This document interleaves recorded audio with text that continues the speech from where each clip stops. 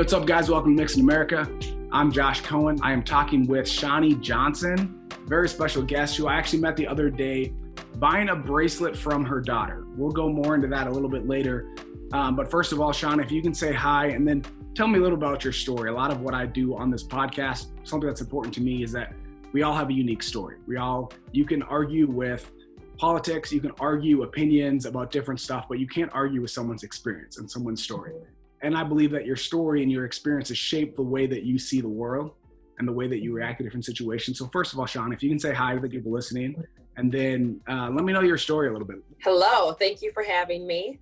I'm excited to do this. I think these are conversations that this should feel normal to us, and a lot of people, they feel awkward. And so the more we can talk about it, the more comfortable I think people will feel with, leading into the hard things. So thank you for having me. So my experience with race has been interesting. Like I could definitely tell lots of stories of, being followed in the mall as a teenager and having my bags checked, or being, more recently, I was at a restaurant with 4 friends, and we all pulled out. We were there late. We had like a late dinner, and we all pulled out together we all turned the same way out of the restaurant, and I got pulled over, and so we have that. And then we have as an adult being followed through Costco, and things like that. So, but, what I think really resonates with me is, what you've heard before is I grew up in a suburb of Minnesota, in Apple Valley, which is predominantly white. And so dealing with you aren't black enough, you talk like you're white, you're not what we think of, right? Like I'm seen as the exception to black people, which is, people don't even realize how racist that is, even to think like that. And so just battling that identity thing there, and no, I'm black because I am. Like, there's nothing that qualifies me to be black besides the fact that I'm black. So that was always a struggle too, growing up, less as an adult. But now my experiences, Mm-hmm. once you get married, then they merge, right, with your spouse. Yeah. And so now my experiences with race are very different. Him being pulled over while driving while I'm in the car, because he looks like a suspect that they're looking for. So adding his experiences to mine have definitely added some trauma, I would say, to our lives, because as a black man, that's a whole different series of problems that you have there when it comes to race. And again, with him, it could be I could tell you story after story after story. Yeah. And it's just sad. It's really heartbreaking. Yeah, absolutely. We talk about the challenge being different for a black man and a black woman, because I think they argue differently. How uniquely has being a black, because that's one, I'll never know what it's like to be a black woman, right? So my mom's a black woman, so we've had some conversations and stuff, but from your experience, what are the stereotypes that maybe you've had placed on you, or have you found, as you try to accomplish things in life, have you found difficulties and struggles not only because you're black, but because you're a black woman? Yeah. And I think, some of them can align with a black man. Like, for instance, your tone and how you say things, right? Like, if I'm really angry, I need to be careful not to portray that in my voice, right? So that I'm not seen as the angry black woman, which is totally a term. Like, you want to be the acceptable black woman. Yeah. So I find that I really have to censor and watch my tone and how I say things so as not to offend a white person or to throw them into defenses or to put their walls up. So that's hard, I think. But I think too, like, there's this assumption of black women and strength, which I think is 1,000% true. Like, I think black women are strong beyond words. But then this assumption of, but they don't feel pain the same as we do, which is obviously not true. And you can look historically and see how that has played out and how black women have been treated, because it's not believed that they have weakness, which we obviously do, and we have pain and we have all those things. But then it's added on when you join a black woman and a Black man, and trying to like just the job that it is, and the privilege too, I will say, to build up our Black men, because they're not being built up in society. And so that's, you know, again, it can be a burden, and it's also a privilege, but I find my concern being for my husband and for my kids 1,000 times greater burden than I have for myself. So, so I think that's just a huge challenge too in itself. Yeah, for sure. And you grew up in Apple Valley, so you're here in the Twin Cities. You said you grew up in a predominantly white area. For me, George Floyd hit differently for me, because I always kind of, and maybe it's consciously or unconsciously, I always looked at racism more of as a Southern problem. Like, I know that there's people here and whatever, but like a lot of the bad stuff, right, quote unquote, that I would say, that's in the South. Like, we don't have those kind of issues. George Floyd obviously hit very close to home. I grew up in the Twin Cities as well. You know, South Minneapolis is half an hour from where I live. Did you hit you differently? How did that make you feel? Same thing with me. Did you kind of think that's more of a Southern problem? Was it different when it happens right here in your own backyard? Oh yeah. I mean, it's that feeling of being surprised, but not surprised. I think what makes it hit different is the fact that nothing new is happening. It's just being recorded. Right. Yeah. And so the fact that it's different to hear something than it is to actually watch it. For sure. And to, you know, watch it and hear it, and, you know, see how it plays out in the end. And I think that's what made it different, is that, you know, people are pulling out their phones right now. And so that what they see cannot be denied. And so I think that for me, it wasn't a surprise, but the visual of it was that's what felt different. Yeah. But I think that it's more blatant when it happens in the South. I think that we have a more subtle racism here in Minnesota, which I feel like is almost worse. You know, like, I would almost rather just be called a name as they move on than to have the way that it seeps into like the workplace and, you know, and into the school systems and the curriculums. Like, that subtlety is harder for me personally. Because I just appreciate people just telling you who they are up front. So I want to talk about now your response to the killing of George Floyd. Like, we talked a little bit the other day about you wanting to do something and trying to figure out what you can do to help. What kind of did you go through, first of all, for you to see what can I do to help? And then let's talk a little bit about what you actually did and the kind of things that your daughter's doing. Because I think this is one of the coolest stories maybe of 2020, right? There's been a lot of dark, sad stories in 2020. To me, this is one of, and I got my bracelet on right now, this is one of the bright stories to me of 2020. So can you tell me a little bit about what you and your family ended up doing in response to the death of George Floyd? Yeah. So actually the initial response for us, for my husband and I, was to take a few days and process through together, not only like what happened with George Floyd, but also what we have battled, you know, over the last several years, which is something that we hadn't processed through together. Because when you face when you face racism in so many areas of your life, you can't process through all of it, right? Because we're in survival mode. We got to keep going. We got to persevere. And it would just be depressing if you process through every act of racism, you know, small to large. So we took that time, right? Like for hours, each for a few days, we processed through all those things. And my immediate response after that was, I love the verse, act justly, love mercy, walk humbly with your God. And so what we talk about in our family all the time is, how do we act justly? What does that look like? You know, a normal thing that I say to my girls long before this happened on the way to school: look for the friend, look for the person on the playground who has no one to play with, look for the person who's being picked on, look for the person who needs help, and you be that person, right? And you stand up for what is right and what is true, even if it's just you. And so that's our mindset here. And so that was my first response, like, okay, how can I act justly? How can I do justice? How can we as a family? And what I wanted to do, which is not what I ended up doing, was there was a few days in a row where there was groups organizing to go into Minneapolis and to clean up and to serve and to help and hands-on stuff. And I remember for a few days in a row, I kept like having these plans to go do these things. Yeah. And one thing after the other happened, and I never got there. Because I was in that, now I can look back and say, oh, that was the Lord totally being like, yeah, you think that's what you're doing. That's not how you will be doing justice in this.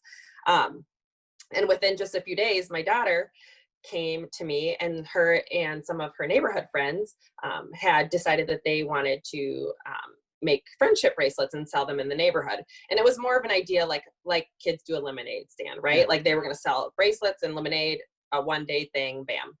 And they had actually been talking about it since the beginning of COVID. And so now it was like finally time where they wanted to do it. And I said, that's great, but what are you going to do with that money? And of course my mind's ticking, like, and I know what should be done. Yeah. And she looked up at me and she said, I don't know. And I said, well, what if we gave it away and donated it to some of these families that have been affected by all of this injustice, and also the riots and that as well. And she looked at me, and any 9-year-old might have been like, no, I think I'll just keep the money, and buy something for myself. And her face lit up. And I had so much joy in that moment, because I was like, she didn't care. She didn't care about the money. She was like, yeah. And then I was even more proud because all of her friends were on board to do that as well. So what started as a one-day bracelet sale in our front yard turned into 10 days straight. And the word was just spreading. My husband does a lot of media and stuff on KFan, and he does media for the Vikings and Gophers. So he had announced it on that first day on the radio, which kind of spun things out of control. I blame him to this day. And so we sat out for 10 days straight, tried to take a break, tried to stop, but people kept showing up at our house. So then at that point, we decided that we were going to do pop-ups in different neighborhoods. So then we did that twice a week for the remainder of the summer. And that's kind of our story to this day. We've raised somewhere over $140,000. Wow. And we've donated some, but we have a lot left to donate. So that's what I'm looking most forward to moving forward is how to use some of that money. Wow.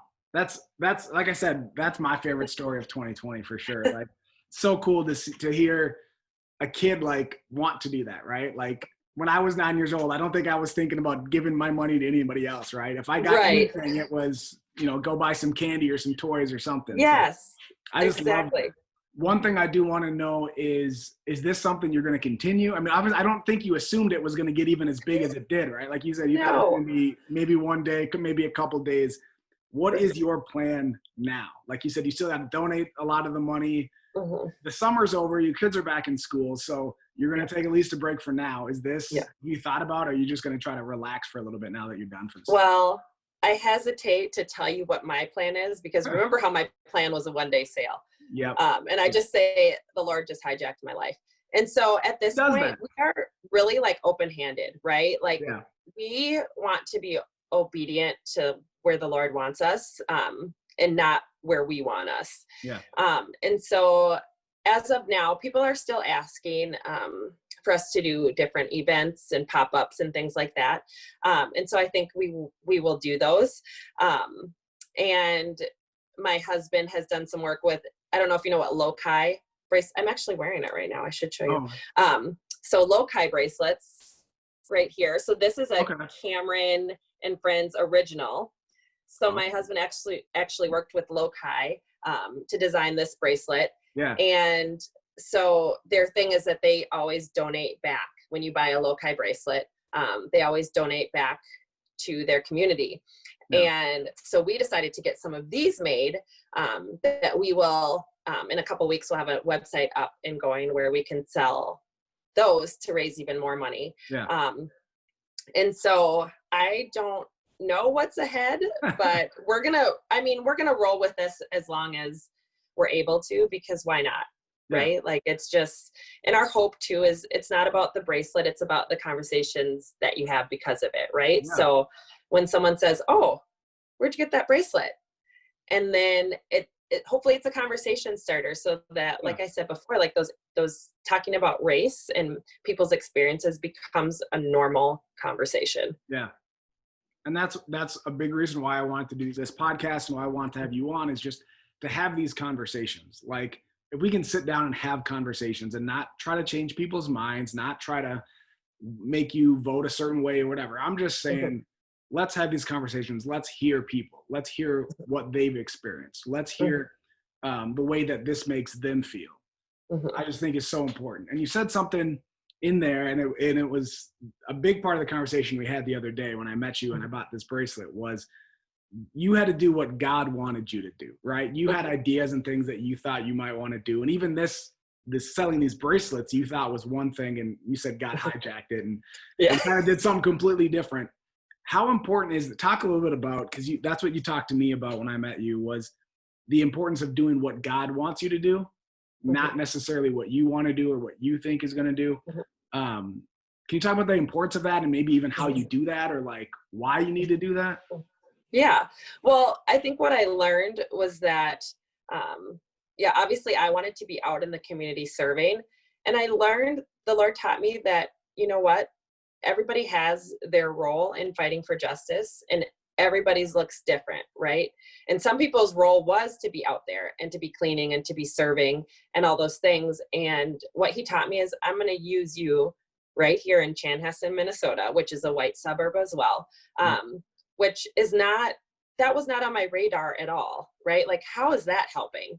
You know? And so that's the lesson I'll carry with me for the rest of my life, is that, like, the Lord will use you right where you are. Not where you think you should be or where you think you need to be, but right where you are. And it's not going to look like how you want it to look, you know, because obviously, like, I spent the summer making and selling friendship bracelets. Like, I am a full grown up, and that was my summer, right? But to watch how God used it, like, I mean, I think my trust in him has just skyrocketed, because I'm like, who would have thought that the Lord would use some 50-cent floss, you know, and these kids, and, you know, how it brought unity to our neighborhood, just because we were outside for so many days in a row, and people were walking by and stopping and talking, and offering to help make bracelets, because we were in way over our head in the beginning with the orders.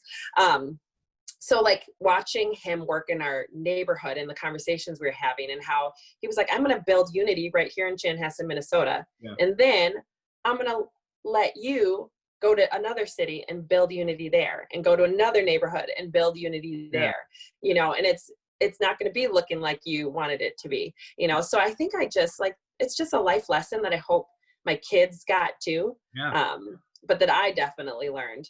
And his plan was so much better than mine, because my plan involved a few days of hands-on serving. And I really try to distinguish with my kids and the kids involved that this is not just charity. We're not doing charity work, right? Like, this is more than that. This is deeper than that. And yes, we're giving in a physical way.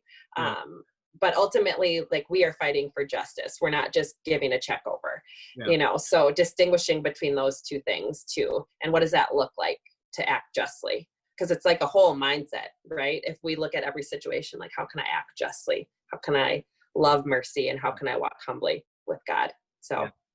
Wow. There's a whole lot of good stuff in what you just said. So I'm going to have to watch this back or listen to this back and process all of it again. But a couple of things that you said that I loved is that you thought you were going to do it one way, but God, so the way for us to move forward, I think, because I think right after the death of George Floyd and the burning in Minneapolis and the riots and things that happened, there was a lot of us, and me included, like, we went that first weekend, we went with the group from church, and it was so busy. There were so many people helping. We didn't really have much we could do, but that kind of stuff isn't sustainable. You're not gonna have everybody come out every weekend like that. And but what we can do long term is find out what God has for us. And obviously the bracelets was a part of what God had for your family, and what you can do to present lasting change, not just in a temporary relief of finances for people, but like you said, bringing together unity in your neighborhood, in these other neighborhoods, like bringing people together and have these conversations. and real conversations about race. That's one thing that I've noticed recently, or that I've thought more about, is a lot of people that I'm very close with, we haven't had those conversations. And so I think that's important, and that's something that's coming out of all of this. Yes. The other thing was, I forgot what the other thing was. It's been a lot of great stuff. If it comes back, I'll say it again. But Okay. there's, like I said, there's a lot in that what you just said that I'm still trying to process. So I do want to take some time to talk about God. This isn't a specifically Christian podcast, but that's what we brought it up. We talked about it. What I want to talk about, in your opinion, what's the importance of faith in this situation? Like, how important is having that? Where does that fit into all of this? Because it's very easy to get down and get discouraged in everything that's happening in 2020. But that was the big thing right after George Floyd, was just hurts. Like wherever you're at, where politically or racially, wherever you're at with any of this, that hurt. The loss of his life, the pain in our city, like seeing Minneapolis on fire, like that hurt. But there's been a lot of, I feel like, more negative, like more pain brought up. And I do think there's definitely a place, you talked about processing that pain. There's definitely a place for that. I think maybe too much the church glosses over that pain. But we recognize the pain, but then where does faith and maybe some hope get into this? If that makes sense. Yes. Well, I tell people when I have these conversations at the pop-ups that, like, I think that's the distinguishment, is that a word? Between doing charity and fighting and acting justly, right? Like, my purpose, our family's purpose in this is for the glory of God. Like, hands down, there's no other reason. Because if it wasn't for the glory of God, we're just doing charity, right? So that, I find that to be the anchor for my soul. And the Lord has given me so much hope in doing these bracelets, because if we didn't have this during this time, I mean, it would be very depressing for our family. So our ultimate hope is obviously in him, and the fact that we know that he has the victory. We know that he's sovereign and in control. We know that he uses all things for good. We know that nothing is outside of his control and power. We know that his plans are good. Like, we know all these things, and we can trust him in that, and we can trust how he is using each one of us in a different and unique way. And so faith is I wouldn't do this if I didn't know Jesus. What would be the point? Like, it's hard work. It's emotionally draining. It's physically draining. Yet there's so much joy in it. So I think pointing people to that hope is another thing that I'm hopeful that these bracelets do, is lifting all of our eyes, lifting all of our gaze, right? Because instead of staring at all that's wrong and all that's negative and all that seems that we have no power over, all that seems lost and hopeless, that God is still doing good in it, right? And I see a glimpse of that just with the bracelets. And I don't know about you, but sometimes all I need is a glimpse, right? Like, sometimes that's just my prayer, is like, give me a glimpse of your glory today, like just a glimpse, because that's what motivates me to keep going. Like, it's a motivation for all that we do. So I trust him, and that trust in this endeavor started with the fact that, hey, you're going to trust me that you're going to make bracelets instead of go serve in Minneapolis, and he's just built it from there on out, so. No, I love that.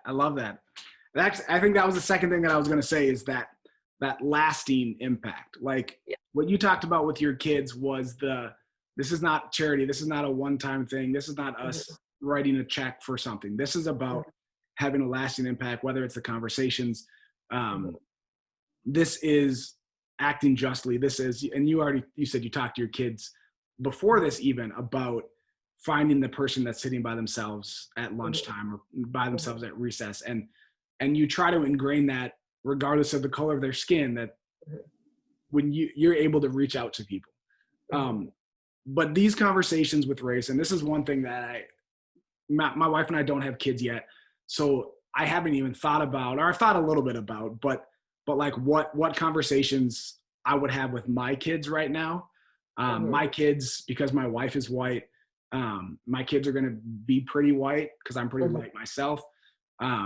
So it would be a different conversation for sure. And I don't know how I'm going to handle that right now, but I'll talk to my siblings. They have kids already. So maybe they, right, there you go. But for you, what kind of conversations have you had with your kids, maybe about this specifically? If you have talked about this, obviously, they're very much involved in what you've done and what's going on this summer. What conversations have you had with your kids about this specifically, maybe about race in general? Because I have no idea how I would handle the topic of race with my children. You know, like at what age do you have to experience what, or it's a tricky subject. So maybe not that you can answer everyone's questions and figure it all out now, but maybe later you have to write a book about it and help people figure it out. For now, just give me a little bit, like what have your thoughts been about that? So it is tricky, and it's based on, like, every kid is different, right? Like, what's their emotional maturity to handle it? How much can they handle, right? My oldest daughter, for instance, I call her an empath. She feels all the feels.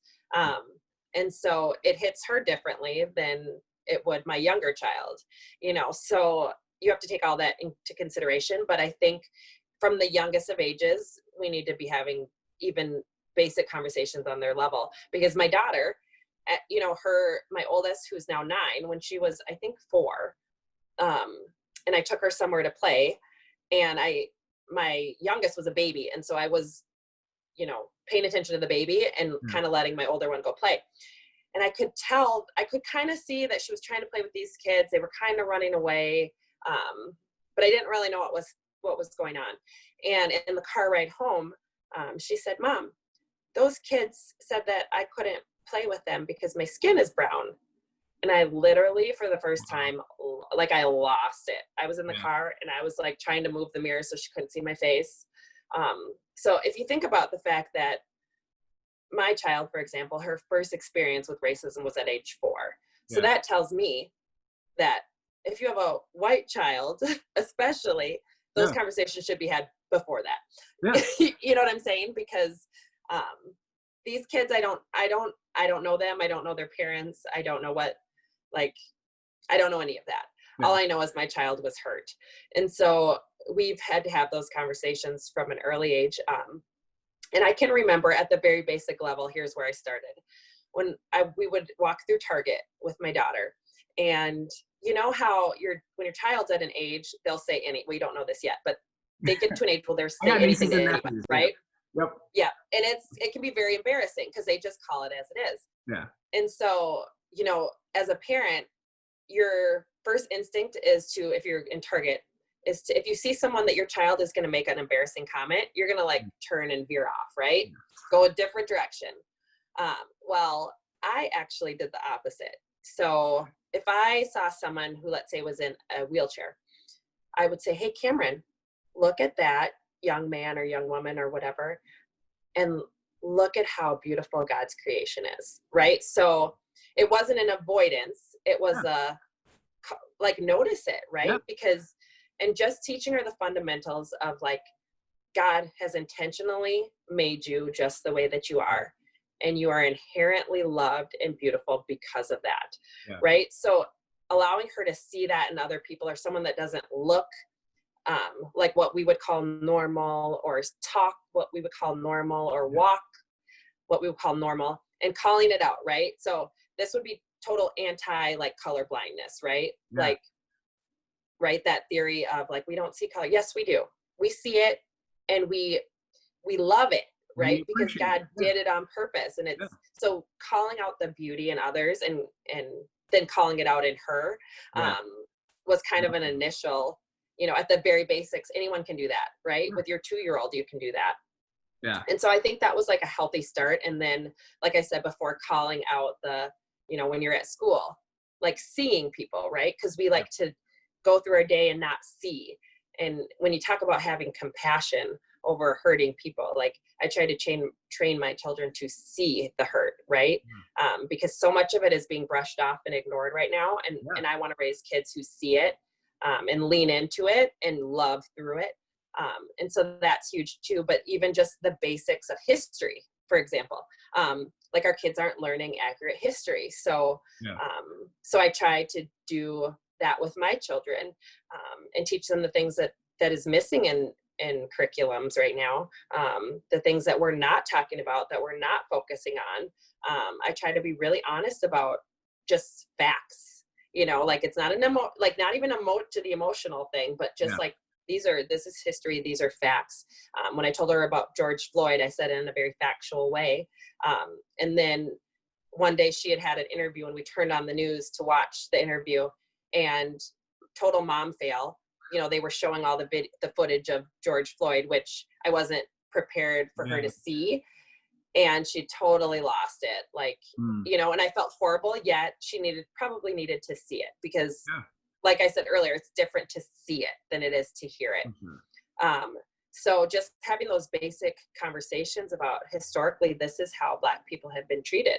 And like, this has been a problem, and this is why it's so important for us. This is why we're doing what we're doing, right? Like, this is why we're fighting for justice in the way that we are, so that we can have impact, right? Like, so that we can be a voice for justice, so that people can be treated equally, and that they can be loved and seen and heard.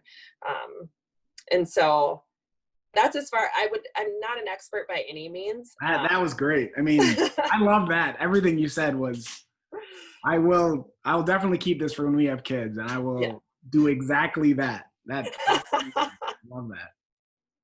Oh man. Awesome. Is there, I mean, like I said, it'll take me a while to digest everything you said, because there was so much wisdom in everything you just said. So I really appreciate you coming on. Is there anything else that you wanted to say about this, or even, maybe give us, you said that you're going to have bracelets online, or is there a way that people can still give, even though your pop-up shops might be done for the summer? Yeah. So early on, we started a Facebook page for the kids, and it's called Kamryn, which is spelled with a K, so people get confused. It's Kamryn, Kamryn and Friends for Unity and Justice. So they have a Facebook page, and so I try to keep people up to date on there. I post where we're popping up, and I post like where we've given, where we've donated to. There's also information about, we have a GoFundMe page, and we let people order if they can't get to one of our pop-ups. They can leave in the comments or a private message their address and what they would like, and we send those out. We're happy to do that. But since I don't know what's coming in the future for us, it will be on the Facebook page once the Lord reveals that to me. Awesome. Well, thank you so much. Like I said, I really appreciate this. A lot of wisdom in what you said. This will be one that I'll listen to back. I'm sure other people have to listen to it a few times. So thank you for joining us. I want to thank the listeners for listening. Join me next Monday for the next episode of Mix in America.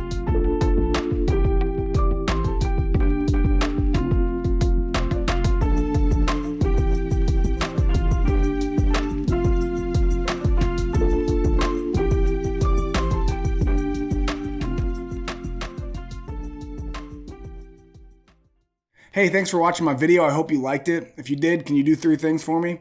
Can you like the video, subscribe to my channel, and tell your friends?